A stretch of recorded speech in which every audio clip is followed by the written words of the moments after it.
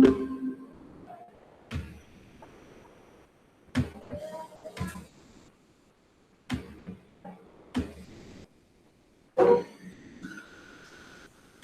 Universidad Rural de Guatemala le da la cordial bienvenida al curso de Macroeconomía, código FG 322, semana 2, con el tema Medición y Estructura de la Economía Nacional.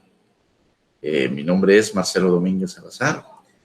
Favor se le solicita a todos los alumnos que están recibiendo este curso para que puedan enviar correo electrónico para motivos de asistencia al correo fg322@urural.edu.gt. Entonces, es así como damos inicio a la segunda semana del presente curso y iniciando con el objetivo de la clase. Principalmente, como hemos platicado en clases anteriores, todas las clases van a tener un objetivo en específico y todo tendrá que ir enmarcado y tendrá que ir en función de lo que se pretende alcanzar en la clase del día. Entonces, para esta clase vamos a dar a conocer a los estudiantes sobre la medición y la estructura de la economía nacional. También lo relacionado al Producto Interno Bruto, al ahorro, la riqueza, para que el estudiante tenga las nociones necesarias para comprender cómo los países manejan sus economías.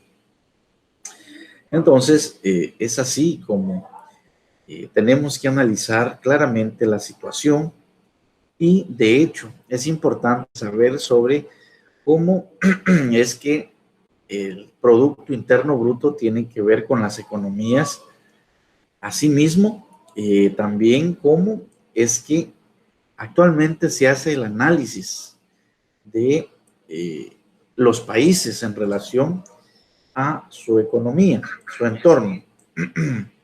Y asimismo también lo que tenga que ver con el PIB, que es nuevamente el Producto Interno Bruto, y el ahorro también, que es un elemento muy importante, fundamental en las economías, y también lo que es la riqueza. Entonces, sabemos que muchas economías a nivel latinoamericano tienen problemas, tienen crisis, y de alguna manera los gobiernos tienen que buscar la forma de poder reencauzar cada una de estas economías, buscando la manera de invertir, de buscar la inversión, que eso se convierte en beneficio para todos los ciudadanos.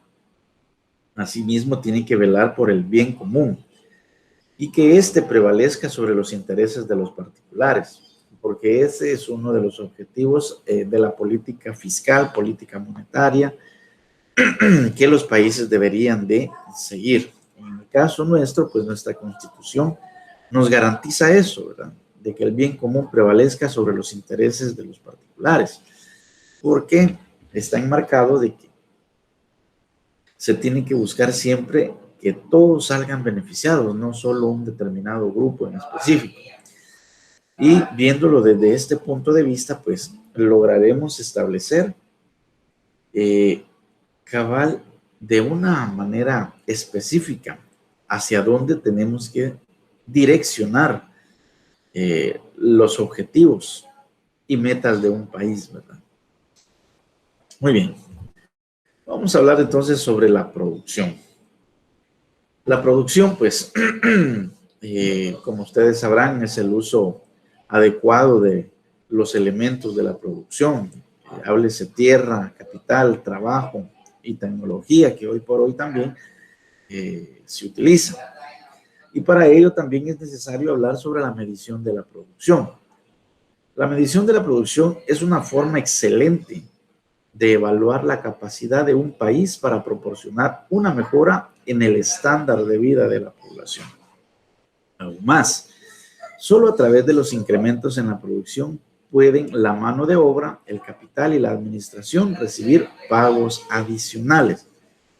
Entonces, si lo vemos desde un punto de vista económico, la producción de un país implica un montón de factores, que si bien es cierto, es de beneficio para todos los ciudadanos, para toda la población, porque si hay mano de obra calificada, hay trabajo, hay producción, hay ingresos, entonces la economía se va a mantener fluctuante. Y eso pues obviamente permitirá de una mejor manera que incluso muchas personas, pues, el índice de desempleo pues sea bajo, ¿verdad? Lo más bajo posible. Y esto pues provocará en un momento determinado que la gente no quiera irse para otro país a buscar mejores condiciones de vida, sino que simple y sencillamente se mantenga en el donde nació para poder seguir produciendo, para poder seguir viviendo, y eso pues obviamente beneficiará al país también. Entonces, recordemos que hay muchos tipos de producción, ¿verdad? Hay muchos tipos de productos que se generan en un país determinado y otros pues lideran por regiones a otros, y con ello pues lo que se pretende es fortalecer la economía en cierto modo, porque de una manera específica pues tendrá que ser la forma en que tendrá que verificar que esto pues se convierta en beneficio para las familias, para la sociedad y para un país, porque cuando un país produce y exporta ese producto, lo vende a otros países, entonces el ingreso de divisas también va a mejorar la economía. Analizando el PIB, analizando la balanza de pagos de una forma macroeconómica, podemos darnos cuenta de que eso es lo que se refleja en los beneficios que un país puede tener con apoyar a las industrias, apoyar a la empresa para que se sigan produciendo y sigan habiendo fuentes de empleo. Dígase, hay muchos tipos de productos y servicios que hoy por hoy en la sociedad pues existen. Y entonces el papel del gobierno a través del Ministerio de Economía es tratar la manera de buscar que se apoyen a estas empresas. Se recordarán ustedes de que hace 2 años específicamente modificaron el Código de Comercio, incluyendo una nueva modalidad de empresa, como lo es la sociedad en emprendimiento. Entonces, hace unos días salió publicado en un diario de que 2 años han transcurrido y solamente 40 empresas se han creado bajo esta nominación. Y lo que pretendía esta nueva figura de sociedad era de que un solo socio podía crear una empresa, la sociedad de emprendimiento. Y tenía muchas facilidades o tiene muchas facilidades para la apertura, no requiere tanto papeleo. Incluso el Ministerio de Economía pues estuvo al tanto de ello para poder apoyar a todos aquellos que querían acogerse bajo esta nominación. Sin embargo, es muy poco lo que se ha logrado al transcurrir 24 meses. Entonces, sería cuestión de analizar más específicamente la ley, cómo fue estructurada, para ver qué tanto se benefician las personas que se acogen bajo esta modalidad. Porque si bien es cierto, la creación es más rápida que una sociedad anónima o una sociedad colectiva, sin embargo, hay situaciones que hay que considerar también para ver si beneficia o no al contribuyente. Y al final, pues, poder recomendar y utilizar esta nueva modalidad. ¿Y cómo se mide la renta de un país? la renta nacional, también denominado ingreso nacional, es una magnitud económica que está compuesta por todos los ingresos que reciben todos los factores productivos nacionales durante un cierto periodo, descontando todos los bienes y servicios intermedios que se han utilizado para producirlo, y que no se provoque también la doble contabilización, ¿verdad?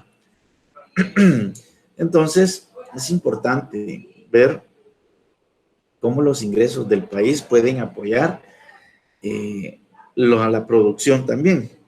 Y esta medición, pues, nos da la pauta o le da la pauta a las entidades o a los entes rectores de estar midiendo para ver cómo se comporta la economía en un momento determinado. Es importante mencionar también que la renta nacional, como compuesta por todos estos ingresos que van a recibir los factores productivos, con esto pues se puede medir qué tan sano también está en una economía en el país, porque si no se está apoyando, si no se está dando el valor necesario a esta renta nacional, entonces puede provocar que la economía pueda en un momento determinado presentar índices de inflación más altos de los considerados. Y con ellos recordemos que hay que tener cuidado también al momento de hablar de esta subvención, ¿verdad? Porque las economías, si bien es cierto, tienen que estar respaldadas también, ¿verdad?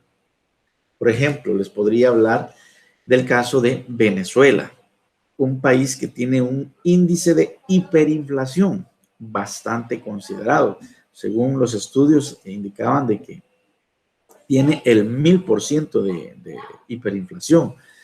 Un país que es rico en petróleo, tiene un montón de situaciones que pueden ayudarle.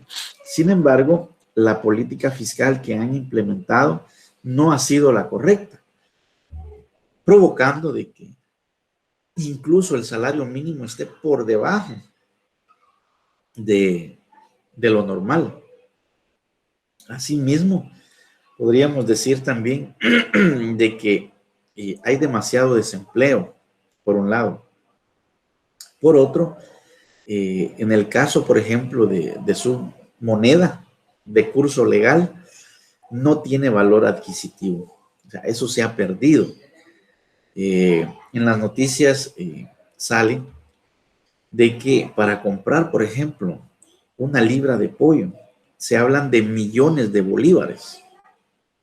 Y incluso han habido algunos videos ahí donde presentan la gran cantidad de dinero que hay que pagar para poder comprar un determinado artículo básico, ¿verdad? O de primera necesidad. Entonces, vemos con preocupación cómo los gobernantes de estos países pues no hacen nada, viendo cómo está la situación y cómo están sufriendo sus habitantes, sus ciudadanos, y no hacen la manera de corregir, de poder encauzar las economías.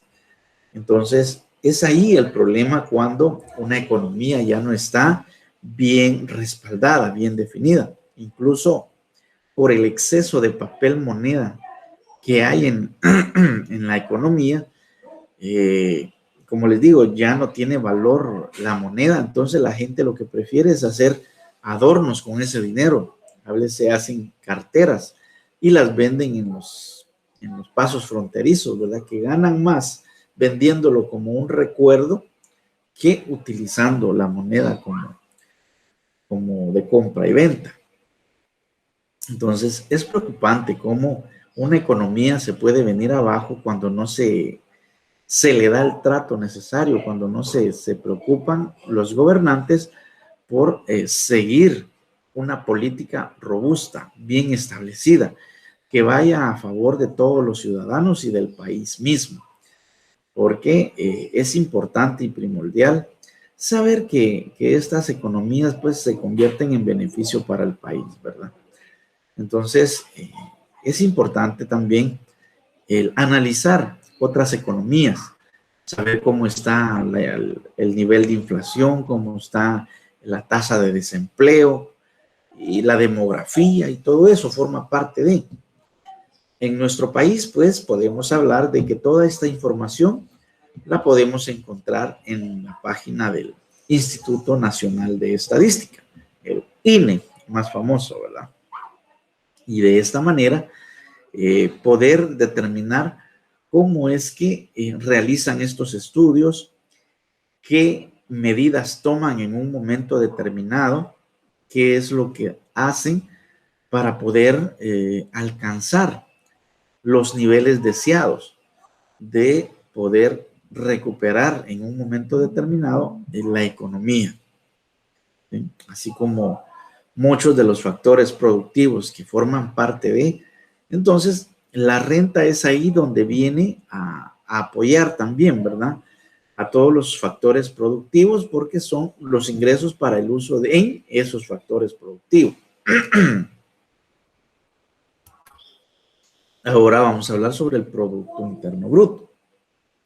El PIB, pues, es el valor monetario de los bienes y servicios finales producidos por una economía en un periodo determinado.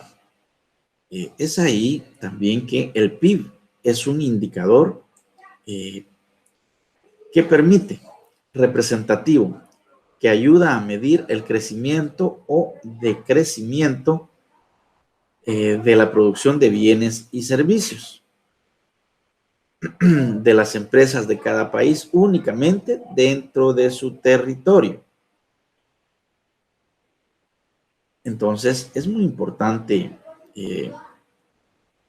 que tomemos en cuenta todos estos factores, porque imagínense, es crucial e importante saber que estos lineamientos, por ejemplo, esta información la podemos encontrar en el Banco de Guatemala, en el caso del PIB, ¿verdad?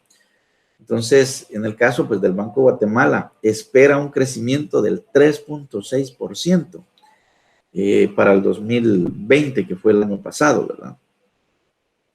Y es importante ese crecimiento porque eso permite que se puedan tener toda la información al respecto, porque es importante saber de que los países tienen que buscar los mecanismos necesarios que permitan crecer, que permitan desarrollar las economías.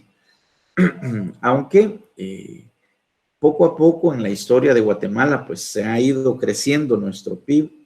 Regularmente, la última vez que el país superó a un 4% puntos de crecimiento fue allá por el 2015, cuando se registró un alza básicamente en la economía, ¿verdad?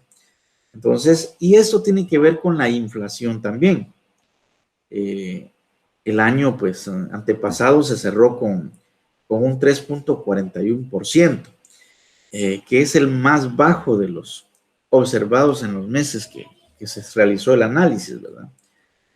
Entonces, es importante que este valor monetario de bienes y servicios finales producidos económicamente para un periodo determinado, de acuerdo a los estudios, pues se tiene que ir creciendo en este sentido. Entonces, el que se encarga de hacer este cálculo del Producto Interno Bruto del país, pues, es el Banco de Guatemala, ¿verdad? La banca central. Y con ello, pues, básicamente ir creciendo en ese sentido para poder determinar cómo está la economía en un país, cómo se comporta la economía. Ahorita por el problema de la pandemia, se podría decir de que el PIB registraría una caída más o menos de 2.5,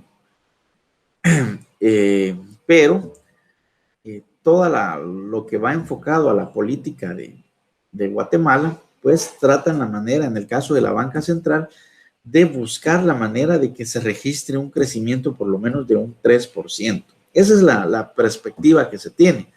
Obviamente todo esto pues se da en base a con base a cálculos, ¿verdad? A cálculos que en un momento determinado pueden ser importante toda esta información.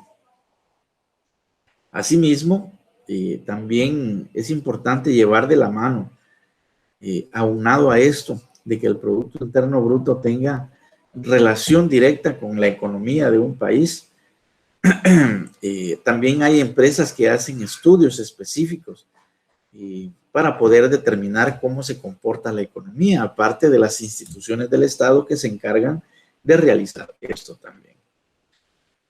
Una empresa de estudio de económicos también proyectan que la inflación en el 2021 representará en un 48.9%. Es un 9 puntos porcentuales menos que la estimación que se hizo, por ejemplo, el año pasado, que fue un 38.6.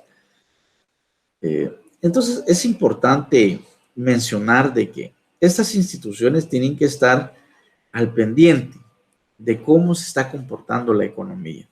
Y asimismo, esta información tiene que ser trasladada para los entes reguladores, que tienen que estar al pendiente también de que la información fluya, de ver de qué manera se puede frenar en un momento de que la inflación pueda ir creciendo. Y como indicamos, esto del PIB es el valor monetario de los bienes y servicios finales, ¿verdad?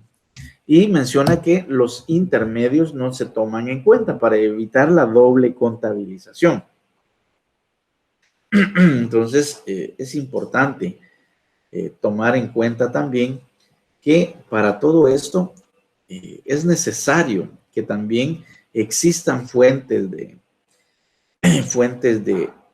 crecimiento, fuentes de trabajo, porque de eso depende también que las economías sigan creciendo.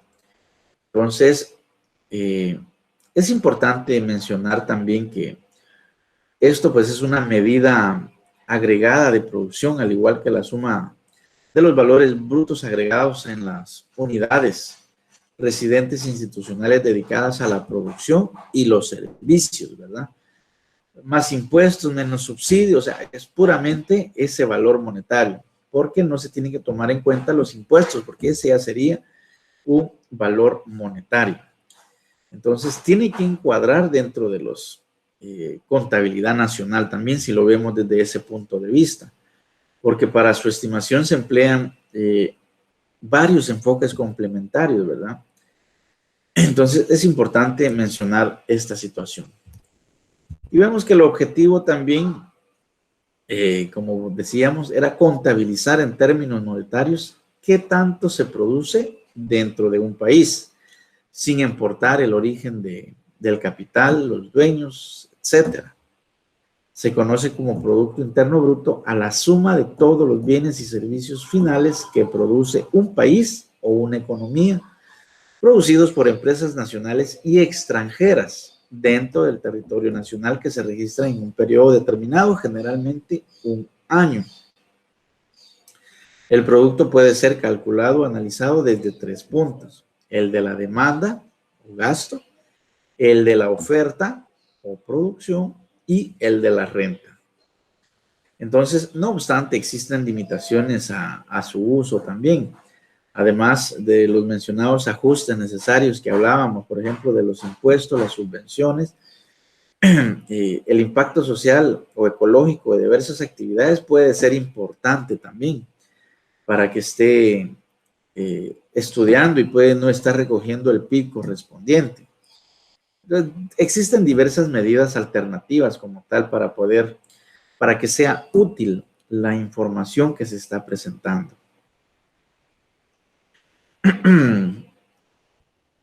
¿Cuáles son las características? El PIB pues, es una magnitud denominada flujo, ¿verdad? Que contabiliza solo los bienes y servicios producidos en la etapa de estudio. El significado flujo o corriente se contrapone al fondo o stock. El primero se refiere a un periodo, día, semana, mes, año, etcétera, que además debe expresarse de forma clara, si bien en muchos casos ante su difusión y empleo generalizado, dicho periodo puede sobreentenderse. Así, por ejemplo, los ingresos de una persona son una corriente o flujo, ya que hay que explicar el periodo en el que se han obtenido. Por tanto, las corrientes o flujos tienen una clara dimensión temporal. En el lado de opuesto están los fondos o stock que carecen de ella, de esa dimensión temporal, aunque existe una referencia a un punto de tiempo. El patrimonio de una persona sería un ejemplo de fondo, de variable de fondo, ¿verdad? Porque el PIB mide únicamente la producción final y no la denominada producción intermedia, lo que decían, al hacer las referencias a bienes y servicios, ¿verdad? Entonces, hay que tener muy en cuenta todos estos factores, porque incluso existen también macromagnitudes que se utilizan para medir las operaciones y flujos que tienen lugar en la economía de un país o en una región determinada, lo que permite tener una visión de conjunto de la economía de ese país como tal. Entonces, el PIB, como hemos dicho, constituye una magnitud económica de la que parten todas las demás. Es como un punto de referencia también, ¿verdad? Existen otros tipos de macromagnitudes que se obtienen a partir del PIB, como por ejemplo el Producto Nacional Bruto, que también forma parte de, que difiere un tanto del PIB, en que solo considera la cantidad de flujo de bienes y servicios producidos por los ciudadanos de un país, mientras que el PIB no tiene en consideración el criterio de nacionalidad. Sin embargo, pues, en ese sentido, la renta nacional, como decíamos, mide la remuneración de los factores productivos de un país. Es así como podemos tener también para los criterios de valoración, que podríamos decir, el cálculo del valor monetario de los bienes producidos incluidos en el PIB puede realizarse mediante formas diferentes, ¿verdad? Según el costo, según los precios de mercado. En los costos, pues, en los precios de mercado y costos de mercado, por ejemplo, de costos de los factores no incluyen los impuestos, mientras que en los precios de mercado, pues, incluyen impuestos indirectos. Entonces, el producto final, el PIB mide no solo producto final, sino la denominada producción intermedia, para evitar así la doble contabilización, lo que le comentaba hace un momento. Al hacer referencia a bienes de servicios finales, quiere significar que no han de ser tenidos en cuenta aquellos bienes elaborados en el periodo de su utilización como materia prima para la fabricación de otros bienes y servicios. También, por lo tanto, dentro de los bienes y servicios finales, incluimos aquellos producidos en el periodo que por su propia naturaleza no se van a integrar en ningún otro proceso de producción, así como aquellos otros bienes que no han llegado a integrarse en el proceso productivo a final de ejercicio, aunque estaban destinados a ello, las denominadas existencias finales, ¿verdad? Entonces, el PIB puede calcularse a través de 3 procedimientos. El enfoque basado en gastos sería el primero. El enfoque basado en ingresos o de la distribución sería la segunda forma. Y el enfoque de la oferta o del valor agregado. Es importante esta consideración también, porque de eso depende un buen cálculo en este sentido. Al final, pues, se tiene que tener la información que tendría que ser la pertinente, ¿verdad? Y, por ejemplo, ¿cuál es la diferencia entre el Producto Interno Bruto y Producto Nacional Bruto? La diferencia, pues, entre estos dos procede de la medición de la producción que hacen ambas magnitudes. Mientras que el PIB cuantifica la producción total, en cierto modo, llevada a cabo en un país independiente de la residencia del factor productivo que la genera. Es el PNB. Por el contrario, solo se incluyen los productos o servicios obtenidos a factores productivos. Entonces, es importante mencionar esta parte porque esto permite que tengamos un mejor dato sobre el análisis. Sobre la valoración. En este sentido, de ese Producto Interno Bruto es el valor total de la corriente de bienes y servicios finales, al ser el Producto Interno un agregado o suma total de numerosos componentes. Las unidades, toneladas, metros, unidades, kilovatios, hora. Para obtener un valor total es preciso transformarlos a términos homogéneos, es decir, que se puedan analizar en conjunto, lo que se consigue dando valores monetarios a los distintos bienes y servicios. El Producto Interno es, pues, una operación matemática de multiplicación en la que entran dos grandes factores. Uno real, formado por las unidades físicas, bienes y servicios, y el otro monetario, integrado por sus precios. De esta manera se concluye que un país aumentaría su Producto Interno Bruto en un 10%, simplemente por haber crecido el nivel general de precios en ese porcentaje. Entonces, vemos la importancia que existe al momento de tomar en cuenta esa valoración, porque nos permite tener los datos estandarizados para poder analizarlos, para poder determinar cómo ha ido o cómo es el crecimiento que se ha dado en estos ámbitos. Por eso, entonces, es importante mencionar, en cierto modo, que esta información tiene que ser precisa. En este caso, para el Ministerio de Economía y el Banco de Guatemala, tienen que tener la información en términos homogéneos para que sea fácil su análisis. Y luego tenemos lo que es el PIB nominal. Es el valor monetario de todos los bienes y servicios que produce un país o una economía a precios corrientes en un año, en que los bienes son producidos. Al estudiar la evaluación del PIB a lo largo del tiempo en situaciones de inflación alta, un aumento sustancial de precios cuando la producción permanezca constante puede dar como resultado un aumento sustancial del PIB, motivado exclusivamente por el aumento de los precios. El PIB real se define como el valor monetario de todos los bienes y servicios producidos por un país o una economía valorados a precios constantes, es decir, valorados según los precios del año que se toma como base o referencia en las comparaciones. Este cálculo se lleva a cabo mediante el deflactor del PIB, según el índice de inflación, o bien computando el valor de los bienes con independencia del año de producción mediante los precios de un cierto año de referencia. Importante. Y solo para platicarles también de las limitaciones también del PIB, ¿no? Ya que este es usado frecuentemente también como una medida del bienestar material de una sociedad. Eso motiva que políticamente se usen las cifras de crecimiento económico, pero del PIB como un indicador de que las políticas económicas aplicadas son positivas, ¿verdad?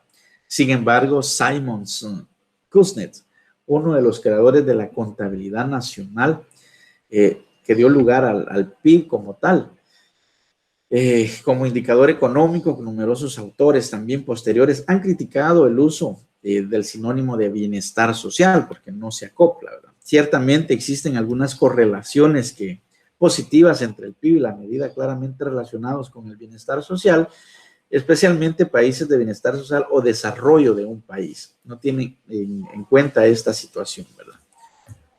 Okay. Ahora, pues, hablando sobre el tema del ahorro. Pues sabemos que el ahorro, pues, es la acción de separar una parte de los ingresos que obtiene una persona o empresa con el fin de guardarlos para su uso en el futuro, ya sea para algún gasto previsto o imprevisto, emergencia económica o una posible inversión. En términos de teoría económica, el ahorro se refiere a la parte de la renta o ingreso no dedicada al consumo, sino a otros fines. Y es un concepto económico importante. Existen diversas modalidades de ahorro, así como diversos instrumentos financieros destinados para incrementar el ahorro que se pretende realizar.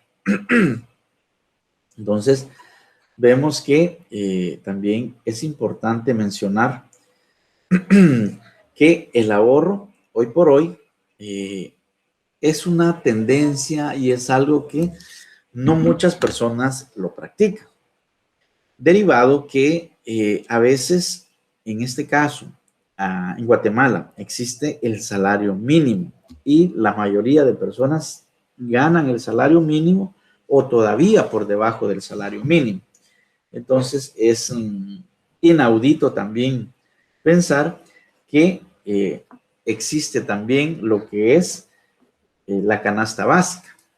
Y la canasta básica, el precio de la canasta básica anda alrededor de 5,000. La canasta básica, pues básicamente es la medición, es una medición de lo que una familia promedio debería de contar para poder subsistir durante un mes. Imaginémonos que la canasta básica está en ese precio y cómo es posible que exista un salario mínimo de 3,075,10 quetzales y obviamente ahí hay un desfase porque al encuadrar estas dos cantidades nos damos cuenta de que existe un déficit que no se podría sobrevivir con ese valor en esas situaciones, ¿verdad? Entonces, por eso es importante mencionar que se tiene que tener el hábito, la cultura del ahorro. Obviamente, es cuestión de poder separar un porcentaje de ese monto y poder tenerlo guardado. Y se tiene que tener también el cuidado de no hacer gastos innecesarios, porque muchas veces por apariencia la gente se compromete o se endeuda con tal de aparentar algo que no es, ¿verdad? Entonces, hay que tener muy en cuenta estos detalles también, porque ciertamente el ahorro es importante, que se vaya teniendo, que se vaya guardando para el día de mañana poder utilizarlo en algún proyecto, en alguna inversión que va a generar más dinero, ¿sí? Entonces, con ello, pues, se está logrando que un país también tenga esta capacidad de el poder ahorrar, de poder buscar de alguna manera que el gasto sea con calidad, que sea transparente, que en realidad que las cosas que se compren sean realmente las que se necesitan, que no haya corrupción, porque esto es un parásito, ese es un mal que padecen muchos países y que muchas personas también forman parte de. Y ahí es importante mencionar de que eso es lo que ha provocado que muchos países hayan perdido mucho dinero en diferentes cuestiones que no tienen nada que ver, ¿verdad? Entonces, tenemos que tener este hábito, ¿verdad? Tenemos que buscar la manera de retomar esto porque es importante tener algo guardado para mañana por cualquier situación, por cualquier eventualidad, cualquier imprevisto. Hay recursos y no hay necesidad de ir a un apalancamiento financiero, ¿verdad? A menos que sea para producción, es decir, darle vuelta a ese dinero que se va a pagar y asimismo va a seguir generando. ¿Cuáles son las determinantes del ahorro? Tenemos varias determinantes, por ejemplo, lo que mencionábamos de la magnitud de ingresos. Si tenemos obviamente un salario competitivo, vamos a tener más niveles de ahorro. Todo esto tiene que ir relacionado también el gasto con el ingreso, porque es importante mencionar que a más ingresos, pues ciertamente existe más gasto, pero si se hace de la forma adecuada, es considerable que se pueda mantener ese ahorro. Luego tenemos lo que es la certidumbre de los ingresos futuros. Tenemos que estar conscientes de que, o la certeza de que esos ingresos futuros sean los que van a recibirse y no hacer proyecciones con información que no se va a cumplir. El grado de previsión del futuro también es muy importante. Recordemos que la previsión es ver antes de, es ver hacia el futuro, es analizar y decir cómo me siento, cómo voy a estar dentro de unos 3, 4 años, a dónde considero que voy a estar. También tenemos el nivel de renta actual, ¿verdad? Es importante saber cuánto se está, por este rubro, cuánto se está erogando, ¿verdad? Importante porque de eso depende también cómo está esa determinante para el ahorro. Luego tenemos las expectativas sobre la evolución de los precios futuros, ver cómo están las proyecciones en relación a los precios, ¿verdad? Cómo se ha comportado en los últimos años y ver esas situaciones que me van a permitir en un momento determinado poder hacer esos cálculos. Otra situación muy importante y determinante del ahorro es el tipo de interés y la tasa de interés que se va a estar pagando o dando, ¿verdad? Recordemos que si hablamos, por ejemplo, en términos de la banca, los bancos hacen dos tipos de actividades, entre muchas que hacen, ¿verdad? Pero las más importantes que podemos mencionar es en relación a la actividad de captación. Es decir, cuando alguien se acerca que quiere invertir dinero en el banco viene y le dice, mire, se le va a pagar una tasa del 6% de interés, dependiendo cómo esté la situación, ¿verdad? Entonces viene el inversor, deposita y sabe que cada mes o al finalizar la inversión le van a pagar su capital más los intereses. Pero aquí viene otra de las actividades de la banca. Vienen y hacen actividades de colocación. ¿Qué significa eso? Asumamos que de este dinero que alguien llegó a invertir, vienen otros, por otro lado, y solicitan préstamos también. Entonces, el banco, obviamente, de ese dinero les va a prestar a las demás personas, solo que con una diferencia en la tasa de interés. Si al inversor le está pagando un 6%, a los otros posiblemente les pueda cobrar hasta un 25, 24, 23% de interés, si no es más. Entonces, ese diferencial que existe ahí es la ganancia que le irá quedando al banco, ¿verdad? Por estas dos actividades que realiza. Otra determinante del ahorro que podríamos hablar en términos económicos es en base al salario, lo que hablábamos actualmente. En Guatemala existe la ley del salario mínimo también, como les decía, que está a 3.075.10, que incluye los 250 del bono 37-2001. Con ese decreto se creó ese bono de 250. Incluyendo esto, entonces el salario mínimo asciende a esa cantidad. Entonces, vemos cómo, obviamente, muchas de las personas están ganando por debajo del salario mínimo, ¿verdad? Entonces, siempre y cuando estas personas trabajen en instituciones o en empresas, deberían de darse por lo menos arriba de esto. Y luego, otra determinante para el ahorro, tenemos la inflación, ¿verdad? Ver cómo los precios, cómo se comporta la oferta, la demanda y que los precios pues se mantengan. Y la riqueza es la abundancia de los recursos materiales e inmateriales, también la posesión colectiva, riqueza social o riqueza nacional o posesión individual, ¿verdad? De bienes y activos financieros, por lo general concretados en formas de propiedades, bienes, muebles e inmuebles. Puede estudiarse desde el punto de vista antropológico, sociológico, económico o incluso moral. Y su significado solo puede entenderse por completo al respecto de ser humano y al concepto de ser opuesto de pobreza. Entonces, el ahorro y la riqueza generan una capacidad de ahorro. Es como cada cambio un proceso lento en el que la constancia y la responsabilidad de no olvidar el objetivo final son las claves del éxito. El ahorro es un gran potenciador del correcto desarrollo y equilibrio entre la oferta y la demanda. Y esta sencilla, básica fórmula económica es la clave de la generación de riqueza. Muy bien, jóvenes, muchas gracias por su atención. Que tengan un excelente día.